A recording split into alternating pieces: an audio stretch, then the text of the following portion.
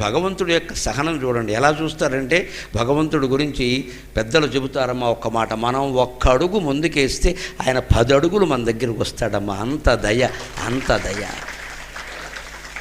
అందున వెంకటేశ్వర స్వామి అంటే కరుణ. గడ్డం దగ్గర మత్స చూడండి మీరు, ఎందుకు వచ్చిందండి ఆ మత్స?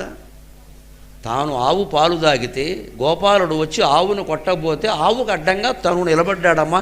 అందుకని కర్ర దెబ్బ తగిలి వెంకటేశ్వర స్వామి గడ్డం మీద మత్స వచ్చింది. ఇప్పుడు మన ధర్మాన్ని మనం ఎంత బాగా చెయ్యాలి, చేస్తే భగవంతుడు కాపాడతాడని అర్థం.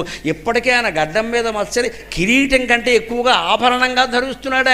నాకు ఈ మత్స ఎందుకు వచ్చిందో తెలిసిందా అని పత్రికల వాళ్ళు అడిగితే చెబుతాడు ఆయన, పలానా భక్తుడు ఆవును కాపాడాను నేను దెబ్బ తగలకుండా. మరి నాకు పాలిచ్చింది కదా, గోపాలుడు తప్పు లేదు, వాడు దాన్ని కొట్టాడు, మరి ఆవు అందరికీ పాలిచ్చేస్తే అలాగా యజమాని దగ్గరికి తీసుకు ఆయన ధర్మం ఆయన చేశాడు.